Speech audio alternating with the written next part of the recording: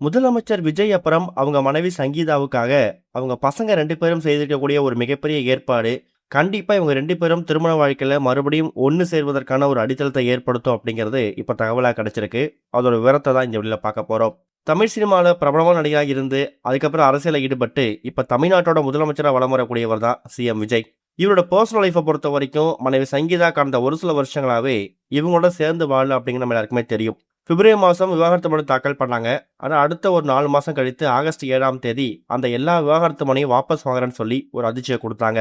அப்போ வாபஸ் வாங்கிட்டாங்கன்னா மறுபடியும் ஒன்று சேர்ந்து வாழ போகிறாங்களா, இவங்களோட ரீயூனியன் எப்போ இருக்க போகுது அப்படிங்கிற மாதிரி பல விஷயம் எதிர்பார்ப்பாக இருந்துச்சு.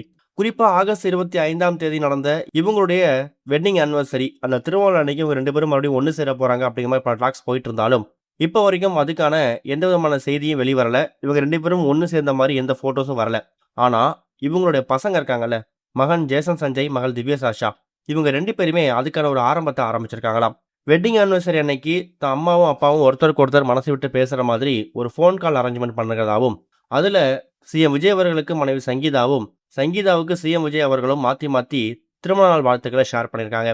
கூடிய சீக்கிரம் இவங்க 2 பேரையுமே ஒருத்தருக்கு ஒருத்தர் மனசு விட்டு பேசுறதுக்கான ஒரு சந்தர்ப்பத்தை ஏற்படுத்தி கொடுக்கணும் அப்படிங்கிறதுக்கான ஒரு அடித்தளம் தான் இந்த ஒரு ஃபோன் கால். ஃபோன் காலே மனசு விட்டு பல விஷயங்களை பேசியிருக்காங்க. இருந்தாலும் நேரில் பார்த்து பேசும்போது ஒருத்தருக்கு ஒருத்தர் மேலே இருக்கக்கூடிய கோபம் வந்து தானாக குறைய வாய்ப்பு இருக்கு, ஒருத்தவங்க இன்னொருத்தவங்க வச்சுடைய பாசம் வந்து வெளிப்பட வாய்ப்பு இருக்கு அப்படிங்கிறதுக்காக நீலாங்கரை வீட்டில் தன்னோட அப்பாவையும் அம்மாவையும் தனியாக சந்திச்சு பேச வைக்கிறதுக்கான ஒரு ஏற்பாடை மகனும் மகளும் செய்ய போகிற தகவல் கிடைச்சிருக்கு. இதுக்கு தன்னுடைய தாத்தா பாட்டிய உதவியை தான் ஜேசன் சஞ்சியும் திவ்யா சாஷாவும் கேட்டிருக்காங்களாம். அப்படி ஒருவேளை முதலமைச்சர் விஜயும் அவங்க மனைவி சங்கீதாவும் நேரில் ஒருத்தர் ஒருத்தர் பார்த்து அவங்க மனை விட்டு பேசும்போது இது வரைக்கும் இருந்துட்டு இருந்த அந்த கசப்பான அனுபவங்கள், பல கஷ்டங்கள், ஒரு மிஸ் அண்டர்ஸ்டாண்டிங், இது எல்லாமே சரியாகி மறுபடியும் அவங்களோட திருமண வாழ்க்கையை முதல்ல இருந்தே ஆரம்பிக்கிறதுக்கான ஒரு வாய்ப்பை ஏற்படுத்தும் அப்படிங்கிறது தான் அவங்க ஃபேமிலி மெம்பர்ஸோட ஒரு ஆவலாக இருந்து வந்துட்டு இருக்கு. இது நடக்குமா இல்லையா அப்படிங்கிறத வெயிட் பண்ணி பார்க்கலாம். இது ஒரு பக்கம் இருக்க, கவின் நயன்தாரா நடிச்சிருக்கக்கூடிய ஹாய் படத்தோட முதல் விமர்சனம் வெளிவந்திருக்குது.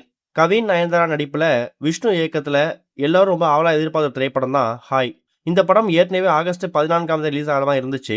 ஆனால் ஏற்கனவே சூர்யாவோட விஸ்வநாதன் சன்ஸ் திரைப்படம் வெளியானதால இந்த படத்தை ஒத்தி வச்சுட்டாங்க.